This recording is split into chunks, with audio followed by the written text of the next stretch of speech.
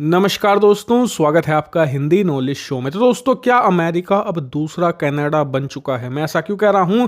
दरअसल इसका कारण है एक रिपोर्ट जो अब से मात्र कुछ मिनटों पहले सामने आई है, और इस रिपोर्ट को जारी किया है दुनिया के one of the biggest newspaper the financial times ने। जैसा कि आप स्क्रीन पर देख सकते हैं, इस रिपोर्ट में बताया गया है कि अमेरिका ने भारत का एक प्लान फेल कर दिया है। और ये क्या प्लान था? दरअसल फाइनेंशियल टाइम्स की इस रिपोर्ट के अनुसार भारत ने यह प्लॉट बिछाया था कि अमेरिका के अंदर एक टॉप खालिस्तानी टेररिस्ट छुपा बैठा है जो भारत को लगातार थ्रेट दे रहा था, लगातार सोशल मीडिया पर भारत के खिलाफ ऐसी बयानबाजी कर रहा था जिससे कि लोग भड़कें और भारत के अंदर जो सिचुएशन है वो लगातार खराब हो। इसके अलावा ये व्यक्ति भारत के जो डिप्लोमेट हैं अमेरिका कनाडा, उन्हें भी डायरेक्ट और इनडायरेक्ट दोनों तरीके से थ्रेट दे रहा था। ऐसे में भारत इस व्यक्ति को एलिमिनेट करना चाहता था, यानी कि मारना चाहता था, और इसी का प्लॉट भारत ने बिछाया था। लेकिन ऐन वक्त पर अमेरिकी खुफिया एजेंसी को इसका पता लगा और उन्होंने भारत के इस प्लॉट को इसी तरीके से रोका और इस प्लान को फेल कर दिया।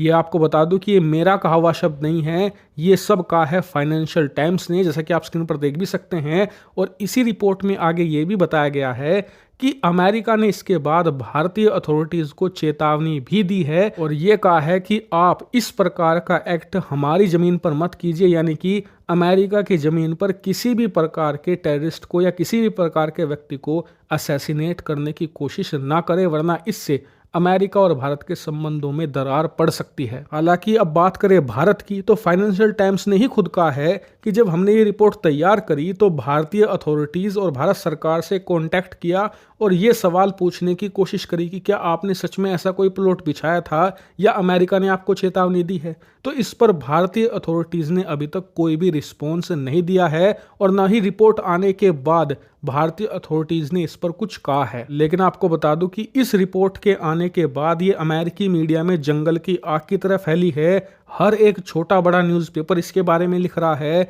हर एक न्यूज़ संस्था इसके बारे में रिपोर्टिंग कर रही है और इससे भारत की छवि अमेरिका में बिल्कुल खराब हो सकती है। ऐसे में मेरे हिसाब से भारत को जल्द से जल्द इसके बारे में क्लैरिफिकेशन जारी करना चाहिए। वहीं बात करें अमेरिका की, तो फिलहाल इस पर कोई भी रिएक्शन नहीं आया है, लेकिन रिएक्शन 100% आएगा। इसका कारण मैं आपको बता देता हूं।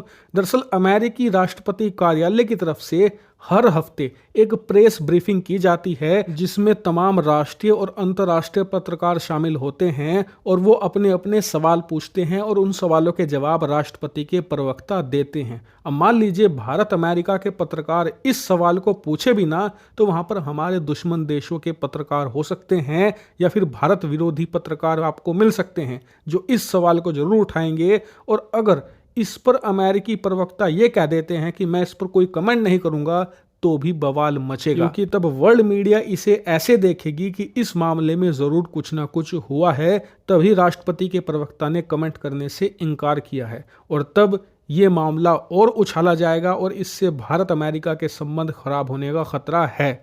ऐसे में अमेरिका के लिए बेहतर यही होगा कि वो समय रहते इन एलिगेशन से डिनाई कर दे और कहे कि ऐसा कुछ भी नहीं हुआ है, वरना इससे फायदा ना तो अमेरिका को होगा, ना भारत को होगा, ना कनाडा को होगा। इस पूरे मामले के उछलने से सबसे ज्यादा फायदा चीन को होगा, क्योंकि चीन के खिलाफ जो अलायंस बन रहा है वो निश्चित तौर पर कमजोर होगा। हालांकि इस वक्त अमेरिका की पॉलिटिक्स और अमेरिका की मीडिया पर मैं बारीकी से नजर बनाए हुए हूं। जैसे ही वहां से कोई खबर निकलकर सामने आती है या कोई लीक सामने आती है, सबसे पहले आपको यही मिलेगी। इसीलिए चैनल को सब्सक्राइब कर